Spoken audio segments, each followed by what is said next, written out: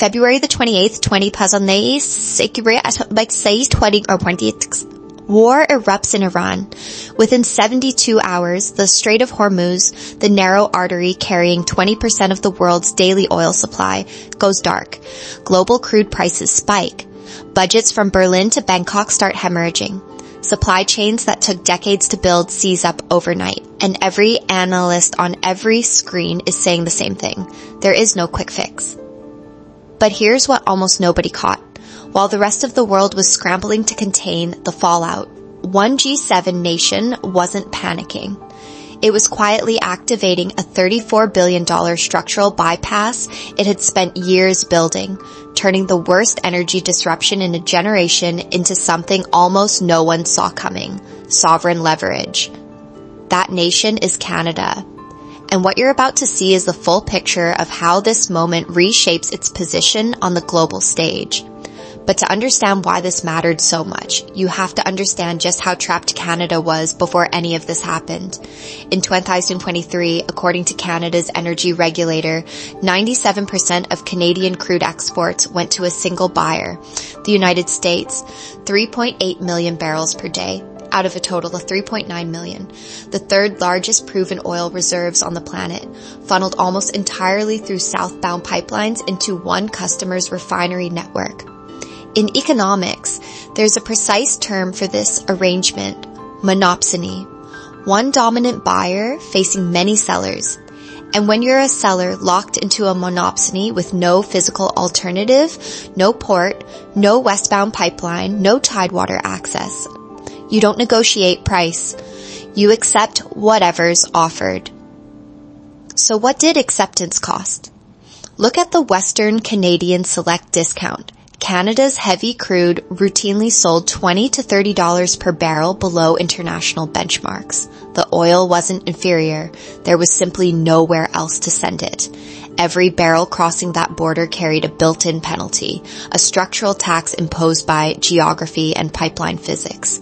A G7 nation sitting on one of the largest hydrocarbon deposits ever discovered, bleeding billions in sovereign value through the differential, because every major export artery ran south. None ran west to tidewater. Call it what it was, a pricing cage. Canada had the reserves and the production. What it lacked was optionality, the physical ability to say no. Then in May 2024, something shifted that most analysts dismissed. The Trans Mountain expansion came online. TMX, 34 billion Canadian dollars, over budget, behind schedule, relentlessly criticized as a boondoggle. Almost nobody framed it for what it actually was: the physical destruction of the cage.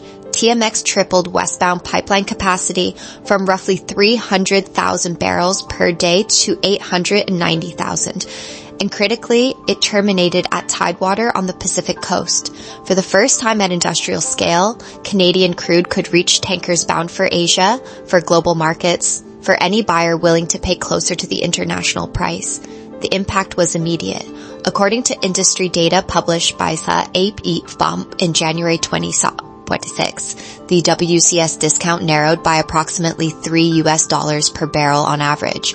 That single correction generated an estimated $4 billion in additional annual revenue. No demand spike caused it. No trade agreement triggered it. A bottleneck was removed and pricing power followed. Because once Canadian oil had a viable route to the Pacific at scale, it didn't need to wait for demand. It just needed the right moment for the global market to notice. TMX left Canada's resource base untouched.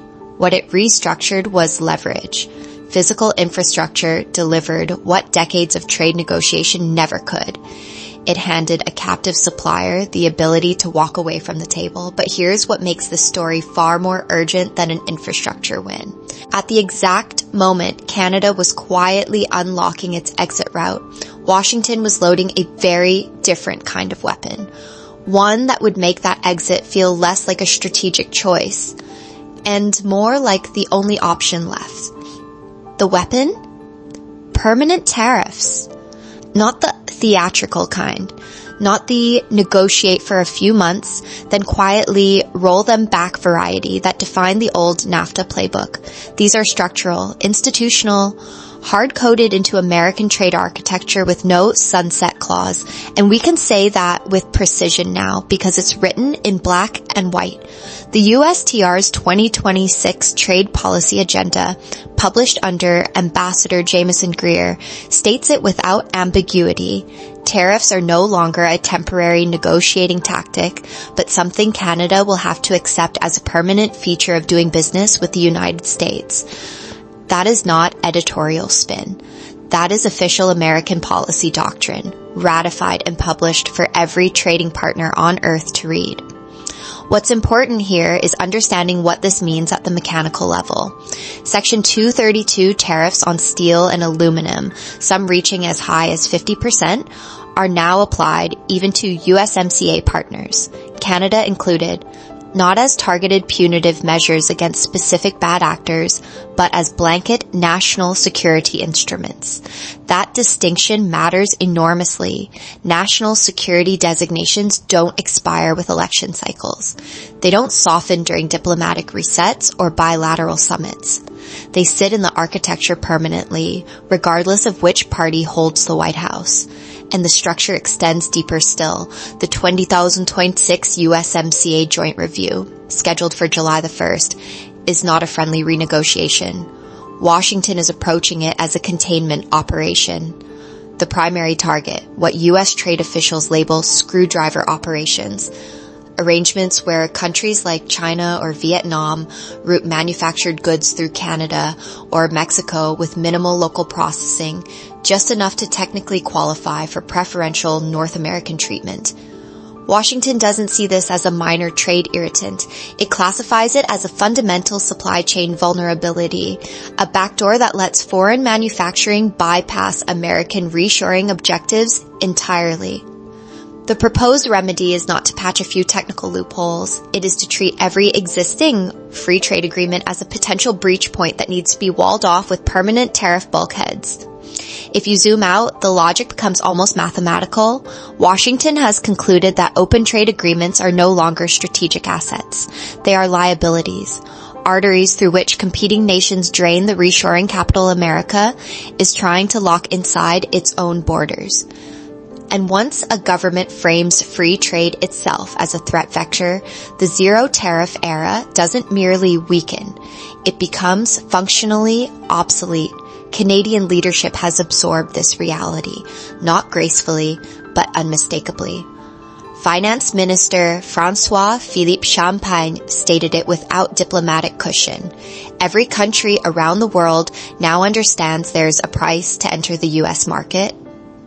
That single line marks the quiet death of a multi-generational assumption, the belief that Canada's proximity and deep economic integration with the United States guaranteed near frictionless preferential access almost by birthright.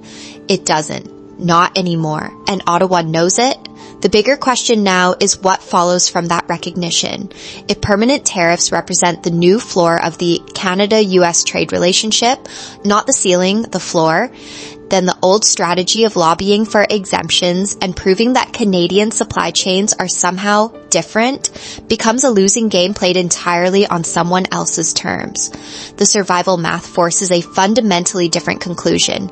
Canada must physically diversify its export vectors, not out of ideology, not out of resentment, out of sheer economic necessity. And that realization arrives at the worst possible moment, or perhaps the most clarifying one. Because 6,000 miles from Ottawa, in the Strait of Hormuz, a crisis is about to rip open a question that no amount of American tariff architecture can answer when desperate Asian buyers suddenly lose access to millions of barrels of crude overnight. Where exactly do they turn? So that's the push. Washington locking the door shut. Now let me show you the pull. Before the crisis, the foundation was already being laid. By mid-2024, TMX wasn't a promise anymore. The pipeline was flowing. The marine terminal at Burnaby was operational. And for the first time in Canada's history, heavy crude was sitting at tidewater, ready to move the moment a tanker pulled alongside. South Korean refiners noticed. HD Hyundai Oil Bank moved first. SK Energy followed. Then GS Caltex, three of South Korea's largest refiners, companies anchored for decades to Middle Eastern supply chains, quietly routing purchases to Canada's Pacific coast. BBC Verify tracked the scale of it. Between May 2024 and September, exports surged from essentially zero to over 4.5 million barrels, roughly 411 million Canadian dollars. Every barrel routed around every active conflict zone on the map, from 0 to 411 million. That's not an experiment. That's supply chain muscle memory being built in real time. And every dollar of it bypassed American middlemen entirely. And it was about to matter enormously. February 2020, the Strait of Hormuz. That sliver of water between Iran and Oman, barely 21 miles wide, effectively seized up. Roughly 20% of the world's seaborne oil vanished behind a curtain of military uncertainty. If you're sitting in Houston, that's a headline. If you're sitting in Seoul, it's a 5-alarm fire. South Korea and its Asian industrial neighbors source approximately 70% of their crude from the Middle East. 70% funneled through that single choke point. When Brent crude spiked past $126 a barrel, that dependency stopped being a line item on a risk report. It became weaponized geography. And this is exactly where Canada's hand changed. 3 factors converged under crisis conditions. First, the price. The Dallas Federal Reserve Bank's March 2026 analysis laid it bare. Canadian heavy crude was landing at roughly $69 to $70 per barrel. American crude, $77.50. Saudi barrels, about $76, a spread of $6 to $10 per barrel, tilting decisively in Canada's favor. At industrial scale volumes, that discount rewrites procurement logic overnight. Second, transit safety. Canadian crude doesn't touch the Hormuz Strait, doesn't thread the Suez Canal. It ships due west across the open Pacific, Burnaby to Busan, a wide, unobstructed artery, while Asia's traditional supply ran through the narrowest choke point on Earth. Third, readiness. The Korean refiners who had spent 18 months building that Pacific corridor didn't need to scramble. The tanker routes were proven. The refinery configurations were already dialed in for Canadian heavy crude. The relationships were live, so they scaled. In TMX's first full year of operation, Canadian oil exports to markets outside the United States jumped by nearly 60%, reaching roughly 183,000 barrels per day. Korea was the leading edge of something much wider. If you zoom out, what you're looking at is the complete validation of a multi-billion-dollar infrastructure bet. Every critic who called TMX a white elephant, every analyst who questioned whether Asian refiners would actually buy Canadian heavy crude at scale. The barrel count settled that argument with quiet, empirical finality.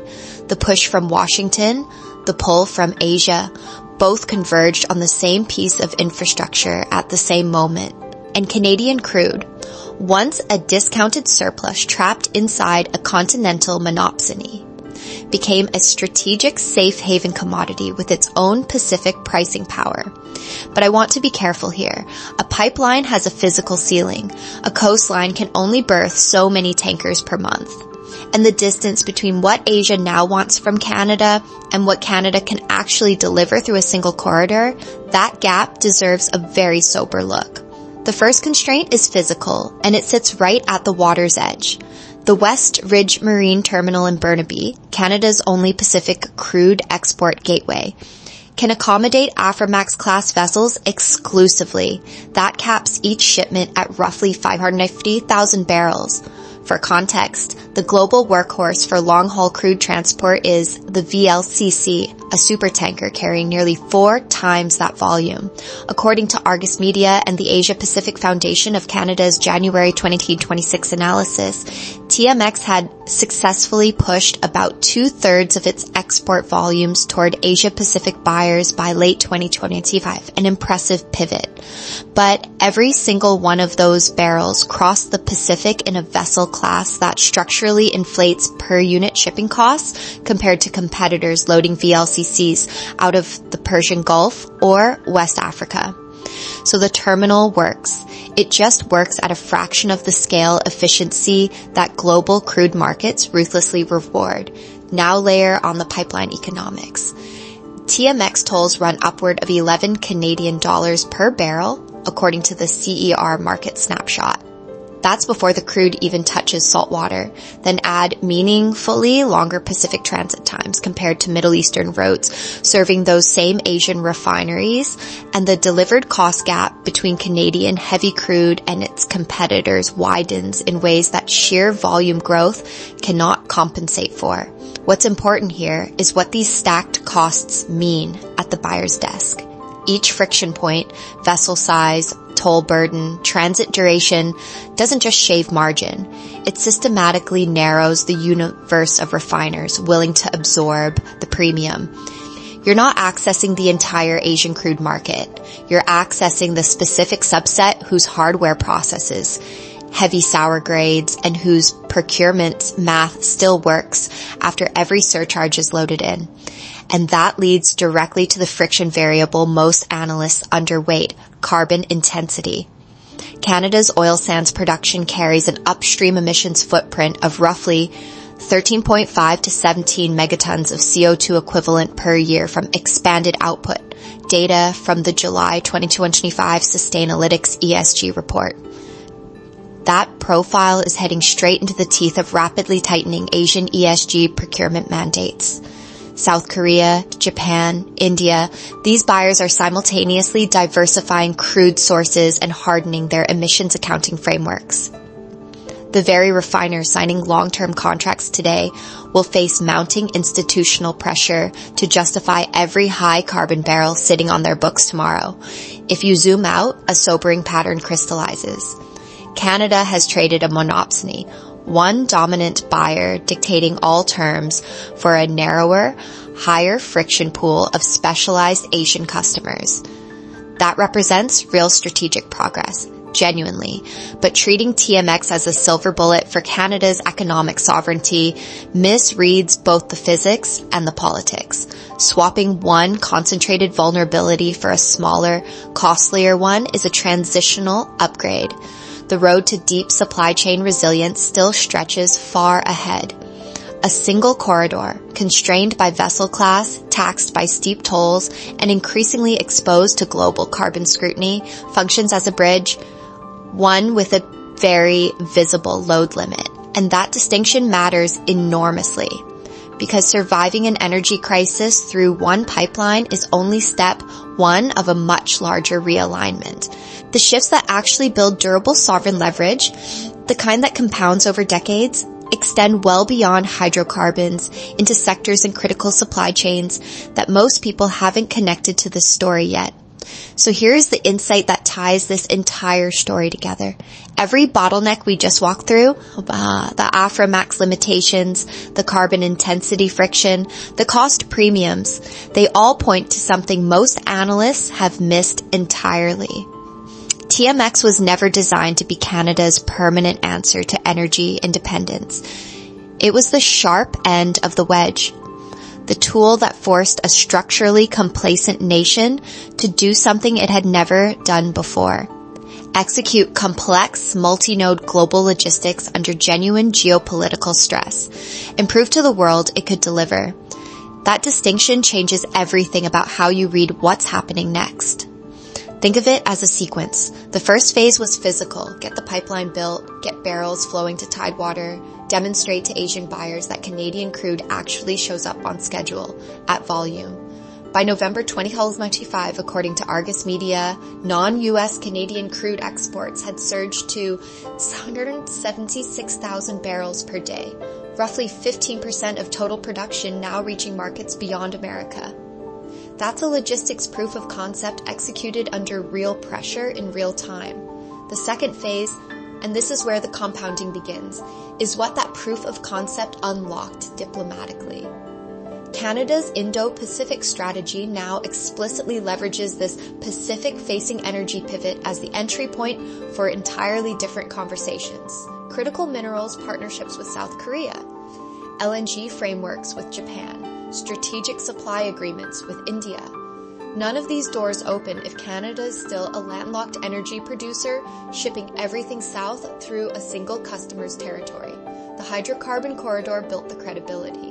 The credibility built the relationships, and the relationships are now extending far beyond oil, which brings us to the third phase, unfolding right now on the Atlantic side.